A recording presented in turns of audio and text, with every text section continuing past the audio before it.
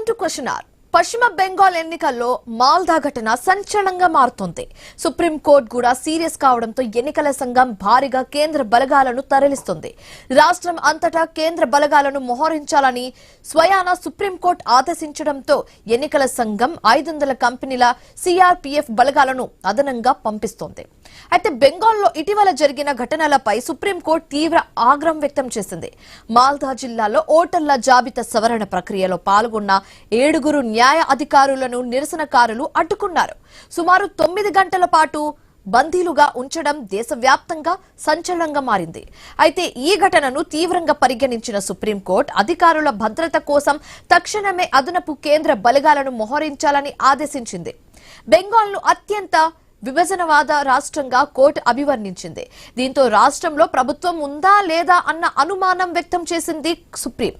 రాష్ట్ర సీఎస్ డీజీపీలకు గట్టి వార్నింగ్ ఇచ్చింది.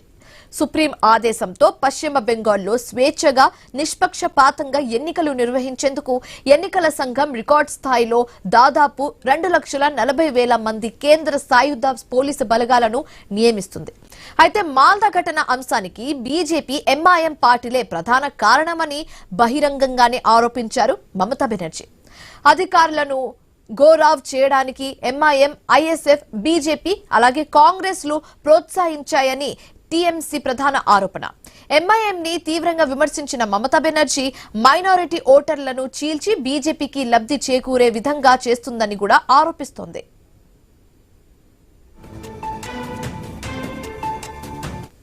এখন অ্যাডমিনিস্ট্রেশন আমার হাতে নেই, ল অ্যান্ড অর্ডার টোটালটাই আমার হাত থেকে কেড়ে ইলেকশন কমিশন হাতে নিয়েছে। আর ওরা হোম মিনিস্টার অমিত শাহর কথাই চলে, আমার কথাই চলে না। কালকে যে ঘটনা মালদায় ঘটেছে জানি না কারা করেছে, কিন্তু আমার কাছে কেউ কোনো খবর দেয়নি, কারণ এখানকার চিফ সেক্রেটারি আমার সাথে আজ পর্যন্ত কলন করেনি, আমাকে কোনো ইনফরমেশন এরা দেয় না। আমি রাতের বেলায় আমি একজন সাধারণ সাংবাদিকের কাছ থেকে জানতে পারলাম রাত্রির 12টার সময় যে জাজেদের ঘেরাও করে রেখেছে। আমি মনে করি মানুষের ক্ষোভ থাকতেই পারে। মুর্শিদাবাদ, মালদা, উত্তর দিনাজপুর জুড়ে బీజేపీ గేమ్ ప్లాన్ అనుజాయి వ్యక్తులను తీసుకొచ్చి ఓట్లు వేయించుకునేందుకు బీజేపీ ప్రయత్నిస్తుందని మమతా అంటే, అంతే స్థాయిలో కౌంటర్ గా చొరబాటు దాడులతో టీఎంసీ గెలవాలని చూస్తుందని వాదిస్తుంది బీజేపీ. ममता बनर्जी की सरकार के खिलाफ लगाया हुआ चार्जशीट है, जिसको भारतीय जनता पार्टी एक आवाज दे रही।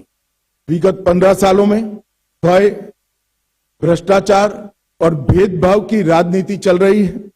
झूठ, डर और हिंसा का सहारा लेकर अपनी राजनीति को आगे बढ़ाने का नया राजनीतिक थ्योरी ममता बनर्जी ने प्रस्तुत किया। कोई भी सरकार को चुनकर आने का आधार जन कल्याण के काम होते हैं। तृणमूल कांग्रेस का चुनकर आने का आधार झूठ, डर और हिंसा है। मगर भारतीय जनता पार्टी 1911 से ही 2011 से ही इसके खिलाफ एक संघर्ष कर रहे हैं। ये बंगाल की అయితే ఎన్నడూ లేని విధంగా పశ్చిమ బెంగాల్ ఎన్నికలు ఎందుకు ఇంత ప్రతిష్టాత్మకంగా మారాయి? బెంగాల్లో ప్రభుత్వ పాలన నడుస్తుందా లేదా సీఎస్ డీజీపీలు ఏం చేస్తున్నారన్న క్వశ్చన్ రేజ్ అవుతుంది. అధికారులు భద్రతను గాలికి వదిలేశారా? గొడవలను మమతా బెనర్జీ ఎంఐఎం, బీజేపీలపై నెట్టేస్తుందా? ప్రత్యర్థి పార్టీలతో గొడవలు ఎందుకు? రాజ్యాంగ సంస్థలతో మమతకు గొడవ ఎందుకు? మమతకు రాజ్యాంగ సంస్థలంటే భయం లేదా అన్న క్వశ్చన్స్ రేజ్ అవుతున్నాయి. ఇదే అంశాన్ని సమరైజ్ చేసి మొత్తం అనలైజ్ చేసి చెప్పడానికి మా కలీగ్ వంశీ సిద్ధంగా ఉన్నారు న్యూస్ రూమ్ నుంచి. Over to you Vamsi.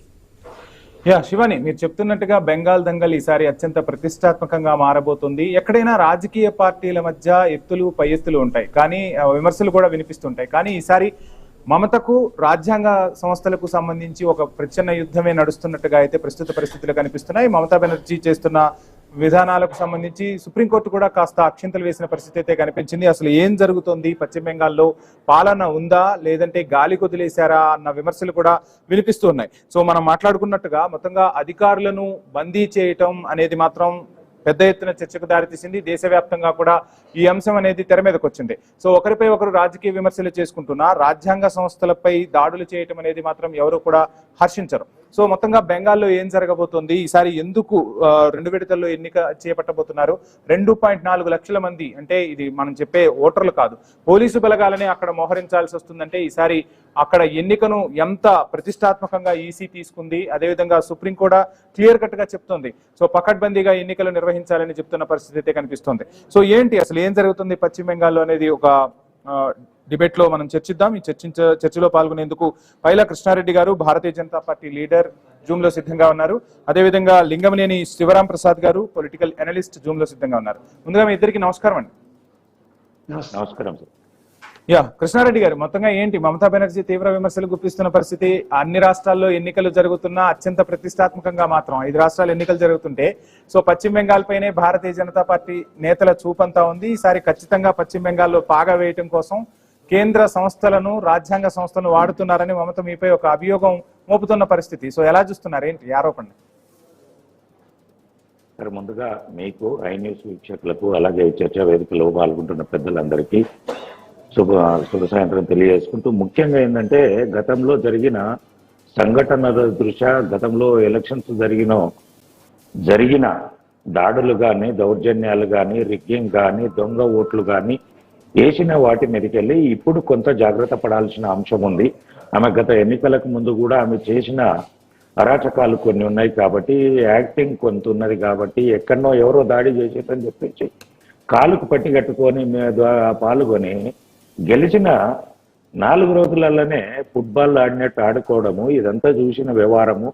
ఆమె రాజ్యాంగ వ్యవస్థలను రాజ్యాంగానికి గౌరవించే విధంగా ఆమె పాలన సాగట్లేదు. ఇంకా ముఖ్యంగా ఒకటి చెప్పదలుచుకున్నది ఏంటంటే, ఇప్పుడు రోయింగ్ ఇండియాలో అంటుంటాము, అక్కడ జరుగుతున్నది గత ఎలక్షన్స్ జరిగిన తరువాత సుమారుగా 5,000 నుంచి 10,000 కుటుంబాలు పశ్చిమ బెంగాల్ దాటి ఇతర ప్రాంతాలకు వలసవలసిన పరిస్థితి ఏర్పడ్డది. అది హిందువులు గెలిచిన తెల్లారి మర్నాడు నుంచి దాడులను, వారి యొక్క ఆస్తిపాస్తులను ఏరైతే బీజేపీకి అనుకూలంగా పనిచేసిండ్రో వాళ్ళందరి ఇంటిల మీద దాడులు చేసి వాళ్ళ ఇక మహిళలను కూడా విపరీతంగా ఇచ్చేశారు.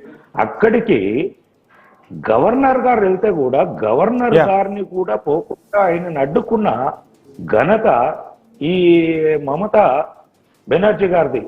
పోలీసులను అడ్డం పెట్టుకొని ఏంటి మరి మమతనేమో ఈ గొడవలన్నింటికి కారణం భారతీయ జనతా పార్టీ ఎంఐఎంఏ, మాకు ఎటువంటి సంబంధం లేదని ఆరోపిస్తున్న పరిస్థితి. సో ఎలా చూస్తున్నారు ఆ అంశాన్ని? సరే, ఎప్పుడైనా దొంగ అని ముందరుస్తాడు. ఎందుకంటే నేను దొంగను కాదని చెప్పుకోవడానికి. ఆ విధంగానే ఉంది మమతా బెనర్జీ తప్ప. ఆమె నిశ్చితగా ప్రజాస్వామ్య పద్ధతిలో ఇప్పుడు కేంద్ర ప్రభుత్వము కొన్ని తీసుకొచ్చింది.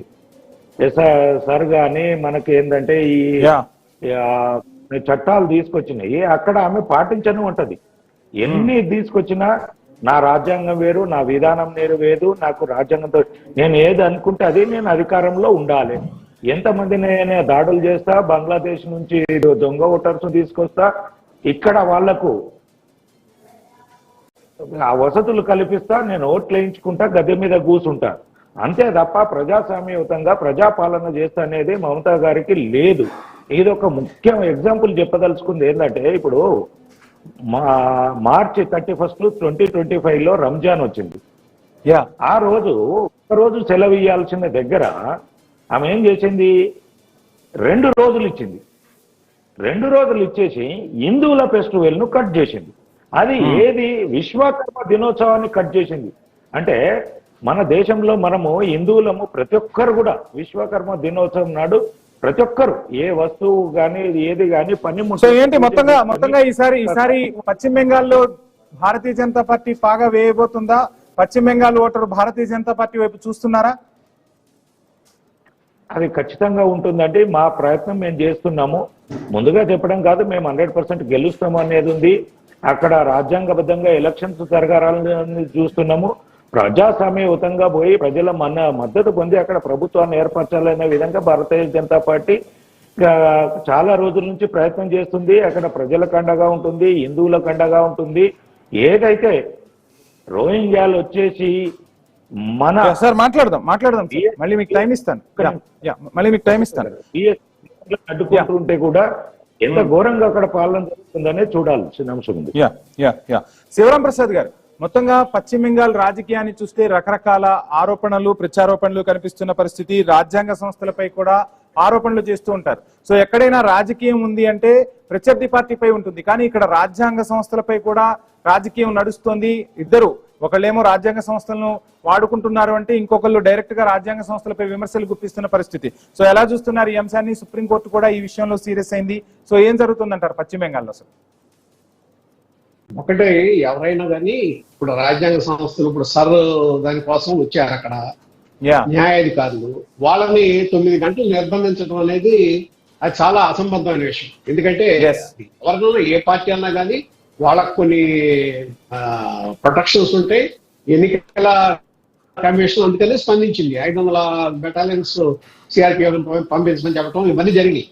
అయితే ఏంటంటే బెంగాల్లో మొదటి నుంచి వచ్చింది ఏంటంటే 1977 నుంచి 2011 వరకు అక్కడ సిపిఎం కమ్యూనిస్ట్ పార్టీలు పరిపాలించింది. అదేంటంటే పూర్తిగా కేడర్ బేస్డ్ పార్టీ, మొత్తం గ్రామ స్థాయి నుంచి కేడర్ బేస్డ్ గా ఉంటే అదే విధంగా టీఎంసీ వచ్చింది.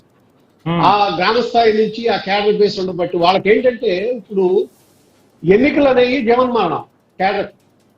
అక్కడ ఏంటంటే పార్టీ పరిస్థితిని కూడా వాళ్ళు సొంతంలాగా తమ సొంత దీని కింద చూసుకుని పనిచేస్తారు కేడర్. ఆ పరిస్థితి ఉంది అక్కడ. ఎందుకంటే కేడర్ బేస్డ్ పార్టీలకు వచ్చే అడ్వాంటేజ్ అది. బీజేపీ కేడర్ బేస్డ్ పార్టీయే కానీ ఇంకా బెంగాల్లో ఆ స్థాయిలో ఎదిగినట్టు కనపడుతుంది.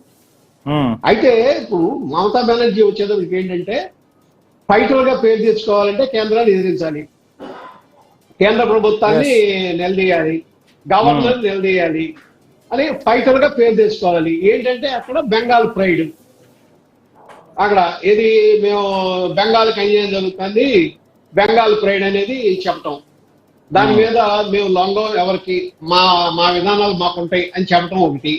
ఇంకోటి ఏంటంటే ఆవిడ ఇప్పటికి కూడా అంటే మూడు టర్ములు పూర్తయిన తర్వాత కూడా యాంటీ ఇన్కంబెన్సీ సహజంగా ఉంటుంది.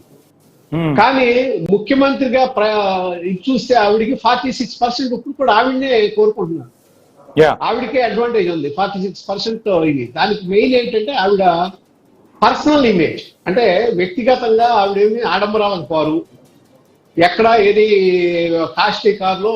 అండ్ శివరాం ప్రసాద్ గారు ఒక అంశం కూడా చర్చకు దారితీస్తున్న పరిస్థితి. సో పశ్చిమ బెంగాల్ ఉనికిని కాపాడుకోవాలంటే అది దీదీ వల్లే సాధ్యమవుతుంది అంటూ కూడా ఒక డాక్యుమెంటరీని రిలీజ్ చేశారు. ఆ డాక్యుమెంటరీ మొత్తం కూడా ఇప్పుడు చక్కెర్లు కొడుతున్న పరిస్థితి. మొత్తంగా జాతీయ పార్టీలు ఏవైతే ఉంటాయో వీటిని ఒక బూచిగా చూపిస్తూ పశ్చిమ బెంగాల్ ఆత్మగౌరవాన్ని కాపాడాలంటే అది దీదీ వల్లనే సాధ్యం అంటూ ఒక డాక్యుమెంటరీని రిలీజ్ చేశారు. ఇది ఎంతవరకు ప్రభావం చూపుతుందంటారు? డెఫినెట్ గా ప్రభావం చూపుతుంది. చెప్తున్నాను కదా, ఇప్పుడు కూడా దీదీ ఇమేజ్ ఆవిడకి ఉంది, మహిళల్లో ఆవిడకి ఇమేజ్ ఉంది, మహిళా సంక్షేమ పథకాలు అమలు చేయడంలో ఆవిడకి ఇమేజ్ ఉంది. అలాగే 27% మైనారిటీస్ ఉన్నారు బెంగాల్లో. ఆ మైనారిటీస్ లో ఈవిడ వాళ్ళకి ఒక రక్షకురాల్లాగా ఉంది, మాకు ఈవిడైతేనే బాగుంటుందనే ఉంది. ఒకవేళ మైనారిటీ ఓట్స్ కన్సాలిడేట్ అయిపోతే టీఎంసీ విజయం ఖాయమే, దాంట్లో ఏం అనుమానం లేదు. సో మైనారిటీ ఓట్లకి ఈసారి గండి పెట్టబోతున్నారు. ఎంఐఎం కలిసిపోతుంది. సో మొత్తంగా ఎంఐఎం విభజన రాజకీయాలకు తెరలేపుతుంది, మమ్మల్ని అనగదొక్కే ప్రయత్నం చేస్తుంది, కుట్రలు పన్నుతుందంటూ ఎంఐఎం మీద కూడా ఆరోపణలు గుప్పిస్తోంది మమత. ఎలా చూడాలి ఈ అంశాన్ని? అవునవును, డెఫినెట్ గా ఎంఐఎం ని ఇప్పుడు ఎంఐఎం మీద అదే ఆరోపణలు ఇది వరకు మన ఉత్తరప్రదేశ్ లో పోటీ చేసినప్పుడు, బీహార్ లో పోటీ చేసినప్పుడు కూడా ఇవే ఆరోపణలు వచ్చినాయి. ఇప్పుడు బెంగాల్లో పోటీ చేస్తున్నప్పుడు ఈవిడేంటంటే ఆ బెంగాల్ సెంటిమెంట్ ని రెచ్చగొడతాం, తర్వాత ఇక్కడ బీజేపీకి మమతా బెనర్జీతో ధీటుగా సమాధానం చెప్పే నాయకులు, లోకల్ నాయకులు లేకపోవటం. అంటే ఇప్పుడు కేంద్రం నుంచి ఏ నాయకులు ఎవరు వచ్చినా కానీ వాళ్ళు అవుట్ సైడర్స్ కింద ఉంటారు, అక్కడ స్థానికుల్లాగా ఉండరు. అంత భారతీయ జనతా పార్టీకి ఎన్నికల్లో ఈ అంశం మైనస్ అవుతుందంటారా? అంటే స్థానికంగా ఒక గట్టి నాయకుడు లేకపోవడం ఇటు భారతీయ జనతా పార్టీకి ఒక పెద్ద ఎదురు దెబ్బగా మనం భావించవచ్చు అంటారా పశ్చిమ బెంగాల్ ఎన్నికల్లో? ఇక్కడ ఒకటి, ఇప్పుడు ఇక్కడ ఈ గొడవ జరిగిన మాల్దా ఉంది కదా, యాక్చువల్ గా అది ఏది గేట్వే దేనికి నార్త్ బెంగాల్. నార్త్ బెంగాల్ ఇవాళ స్ట్రాంగ్ హోల్డ్ బీజేపీకి. North Bengal strong hold. అవును, అటువంటి జుగ్లేమాలు, నార్త్ బెంగాల్ ఇవి స్ట్రాంగ్ హోల్డ్ బెంగాల్ కి. మొదటి విడత శివరాం ప్రసాద్ గారు, మొదటి విడత వాళ్లకు ప్రయోజనకరంగా ఉంటే, అంటే వాళ్లకు ఓటింగ్ ఎక్కువ ఉంటే రెండో విడతలో ఇటు వీళ్ళకి ప్రయోజనకరంగా ఉన్న పరిస్థితి. సో మొత్తంగా 2 విడతల ఎన్నికలతో ఎవరు ఏంటి, ఎవరి బలం ఏంటి తెలిసే అవకాశాలు అయితే 2024లో 8 ఫేజులు పెట్టారు. ఎస్, అయినా కానీ 200 సీట్ల పైన గెలిచింది మమతా బెనర్జీ గారు. ఇప్పుడు ఇక అది లాభం లేదని ఎలక్షన్ కమిషన్ డిసైడ్ అయినట్టుంది. 2 ఫేజ్లే పెట్టారు. 2 ఫేజుల్లో ఫస్ట్ ఫేజ్ 152 సీట్లు, సెకండ్ ఫేజ్ 142 సీట్లు. అవును. అయితే ఫస్ట్ ఫేజ్ లో జుంగ్లేమాలు, south Bengal rural belt, central districts లో కొన్ని ఉన్నాయి. అది కొంతవరకు మమతా బెనర్జీకి, ఇది టీఎంసీకి అడ్వాంటేజ్ ప్లేస్. అది ప్లస్ అవుతుంది. ఫస్ట్ లో ఏదంటే టీఎంసీకి అడ్వాంటేజ్. రెండో దాంట్లో నార్త్ బెంగాల్ ఉంది, కోల్కతా ఉంది, అట్లాగే urban and semi urban areas ఉంది. దీంట్లో కలకత్తా ఏరియా అంటే అది పూర్తిగా మమతా బెనర్జీకి అనుకూలమైంది. నార్త్ బెంగాల్, జుంగ్లేమాలు ఇవన్నీనేమో బీజేపీకి ఫేవరబుల్ గా ఉంటాయి. సో ఇది దీంట్లో ఏమంటారంటే ఫస్ట్ ఫేజ్ ఏది అడ్వాంటేజ్ వస్తే, దేనికి అడ్వాంటేజ్ వస్తే సెకండ్ ఫేజ్ లో ఆ పార్టీకే అవకాశం ఉంటుంది అనేది ఒక దీని మీద ఇప్పుడు సర్వేలు కూడా ఏమంటాయంటే తక్కువ మెజార్టీతో టీఎంసీ వచ్చే అవకాశం ఉంది అనే 5%. ఎవరి మధ్య అయినా విజయం దోపుచ్చులాడేది 5%. గతంలో చూస్తే ఇప్పుడు ఆ 5% ను భారతీయ జనతా పార్టీ ఏం చేయబోతుందో చూద్దాం. శివరాం ప్రసాద్ గారు, మళ్ళీ మీకు టైం ఇస్తాను.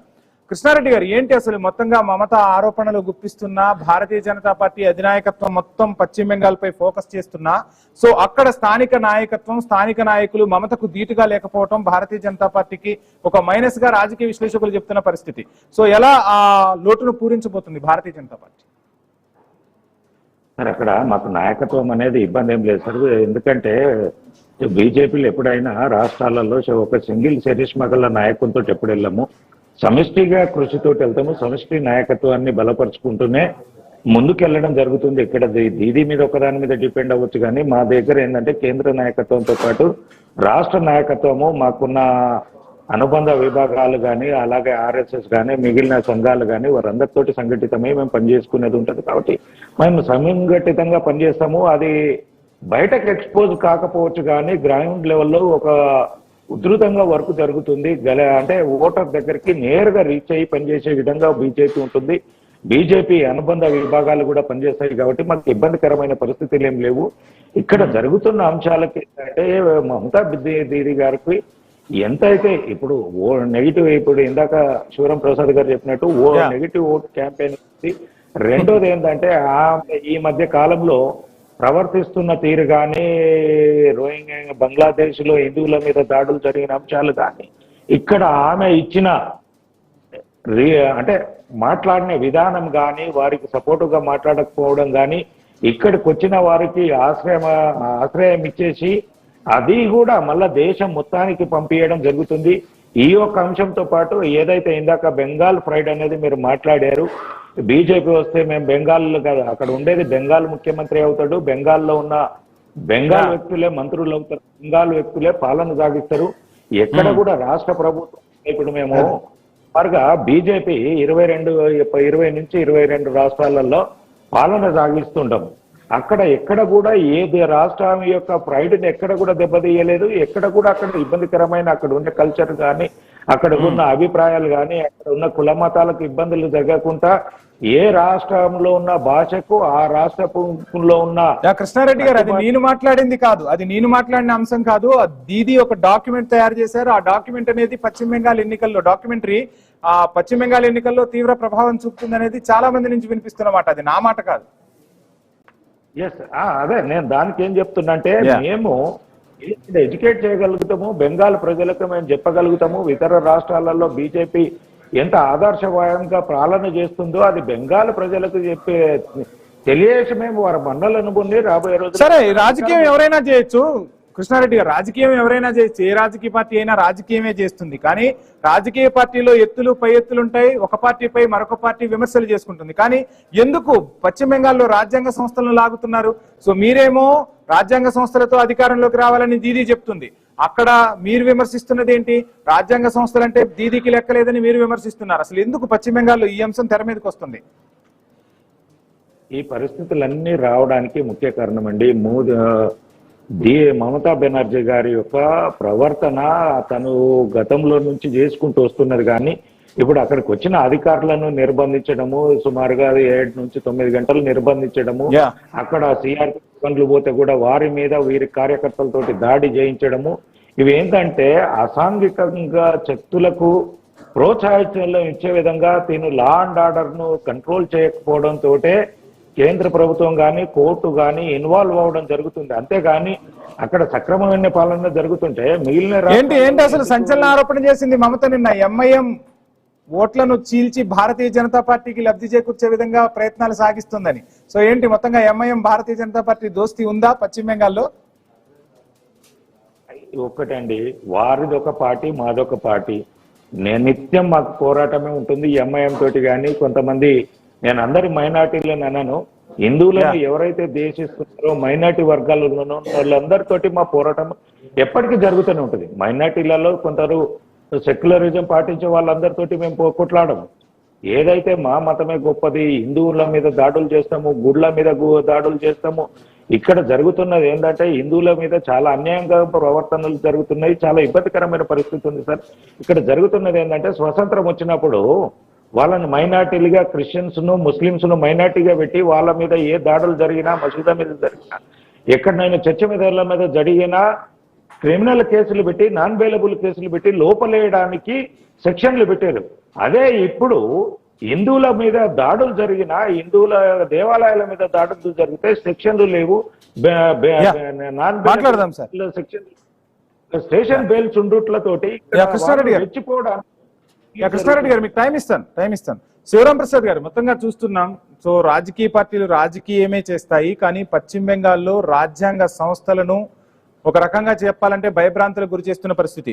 మమతా బెనర్జీ ఆ మధ్య కాలంలో కూడా చూసాం మనం, కొన్ని ఫైల్స్ ను అధికారుల చేతుల్లోంచి డైరెక్ట్ గా ఆమె వచ్చి లాక్కొని వెళ్లిపోయిన పరిస్థితి.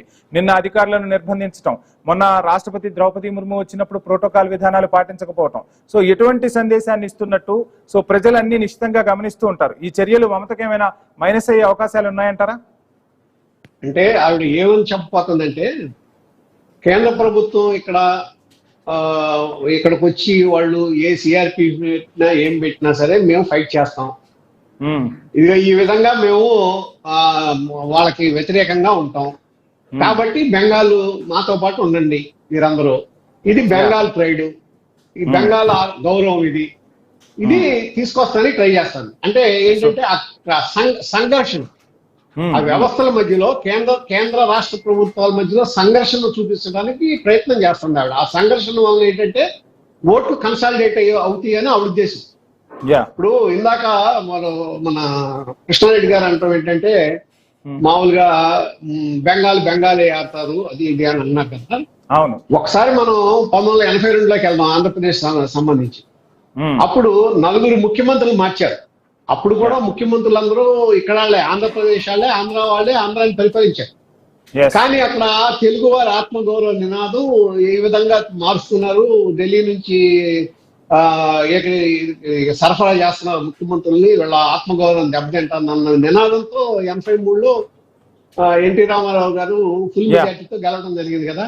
అప్పటి నుంచి ఇప్పుడు వరకు తెలుగుదేశం ప్రయాణం సాగుతూనే ఉంది. అంటే ఇక్కడ కూడా ఏంటంటే ఆవిడ అదే సెంటిమెంట్ తీసుకురావడానికి ట్రై చేస్తున్నారు. ఆ సెంటిమెంట్ తోనే దాన్ని ఆవిడికి తగిన నాయకత్వం, ఆవిడని ఎదుర్కొని అక్కడ లోకల్ గా పడే నాయకత్వం. ఇప్పుడు మీరు ఒక్క ఉదాహరణ తెలంగాణ తీసుకోండి. తెలంగాణ ఏర్పడిన తర్వాత కేసీఆర్ గారి మాటకి ఎదురులేదు. ఆయన ఒకసారి 2 సార్లు ఆయన అప్రహతంగా గెలిచాడు. రేవంత్ రెడ్డి గారి రూపంలో ఒక వ్యక్తికి తగిలాడు. ఆయన ఎట్లా మాట్లాడితే అదే విధంగా సమాధానం చెప్పాడు. ఆయన ఏమంటే అదే. ఆయన ఒక అసభ్యకరమైన మాట మాట్లాడితే ఈయన 2 అసభ్యకరమైన మాట మాట్లాడాడు. అంటే ఫిట్ ఫర్ క్యాట్, దేనికి దానికి పోటీ. ఆ పోటీ నాయకత్వం, ఆ పోటీ పడే నాయకుడు బెంగాల్ నుంచి వదిలించాలనుకోవడం, అది బీజేపీకి సంస్థాగతంగా ఎంత బలం ఉన్నా అక్కడ వ్యక్తి కూడా ప్రభావం ఉంటుంది. వ్యక్తి మీద చూసి కూడా ఓట్లు వేసే వాళ్ళు ఉంటారు. అది మమతా బెనర్జీకి అడ్వాంటేజ్. ఫస్ట్ ఏంటంటే, 1 దీదీ ఇమేజ్, 2 మహిళలకి ఇచ్చిన స్కీమ్స్, తర్వాత 3 మైనార్టీల్లో ఆవిడకి ఇది, అట్లాగే రూరల్ ఏరియాల్లో ఆవిడకి ఉన్న పట్టు. యా ఇవన్నీ ఆవిడకి అడ్వాంటేజ్ అయితే బీజేపీకి అడ్వాంటేజ్ ఏంటి? యాంటీ ఇన్కంబెన్సీ, యువతలో అసంతృప్తి, ఉద్యోగాలు రాలేదని, అట్లాగే ఇంకా కొన్ని వీటి మీద బీజేపీ ఆధారపడదు. యా చూద్దాం సార్ మొత్తంగా ఏం యువతలోనే జరగబోతుంది. అక్కడ పశ్చిమ బెంగాల్ ఎన్నికలు అయితే అత్యంత ప్రతిష్టాత్మకంగా జరగబోతున్నాయి. ఇప్పటికే 2.4 లక్షల మందిని మోహరించి ఎన్నికలు నిర్వహించాలని ఎన్నికల సంఘం ఆదేశించింది. ఈసారి 2 దఫాల్లో ఎన్నికలు జరగబోతున్నాయి. మొత్తంగా పశ్చిమ బెంగాల్ దంగల్ పై దేశవ్యాప్తంగా దృష్టి అయితే నెలకొంది. రానున్న రోజుల్లో ఎటువంటి పరిణామాలు జరగబోతున్నాయి, రాజకీయం ఏ వైపు తిరుగుతుందో చూద్దాం. చర్చలో పాల్గొన్న కృష్ణారెడ్డి గారికి, అదేవిధంగా లింగంనేని శివరాం ప్రసాద్ గారికి ఐన్యూస్ తరఫున ప్రత్యేక ధన్యవాదాలు. ఇది వాటి